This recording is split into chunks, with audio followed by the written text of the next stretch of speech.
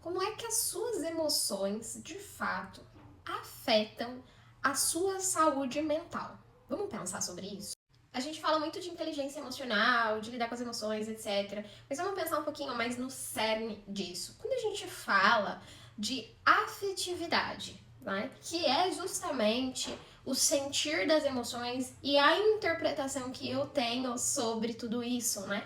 Parte, inclusive, das nossas funções psíquicas. Emoções significa falar de um elemento muito complexo, que vai levar em consideração tanto estados fisiológicos, ou seja, daquilo que eu estou sentindo, quanto também falarmos de estados psíquicos, de como eu encaro as minhas emoções, o que eu aprendi sobre emoções e como é que eu lido com elas no meu dia a dia, como é que eu aprendi que é a melhor forma de sentir. Que eu gosto muito, né, para falar desses estados emocionais, onde a gente pode pensar em 3 crianças, né, e que essas 3 crianças, numa brincadeira, de repente, elas escutem um barulho muito forte e elas se assustem. Então, que essas 3 crianças estão sentindo um medo. A primeira criança, ela leva um susto, sente um medo, né, passados ali alguns segundos, aquela emoção passa e ela continua brincando normalmente. A segunda criança, ela sente o medo, né? E aquilo é tão intenso para ela que ela começa a chorar, né? Porque é muito desconfortável, porque é muito intenso. E aí ela chora por algum momento e depois ela volta a brincar, né? O choro cessa, ela volta a brincar. E a gente tem uma terceira criança que leva esse susto, é a primeira a se assustar. Ela sente um medo muito intenso, ela começa a chorar copiosamente. Só que, ao contrário das outras crianças também, ela leva muito mais tempo para lidar, para processar aquele medo que ela tá sentindo.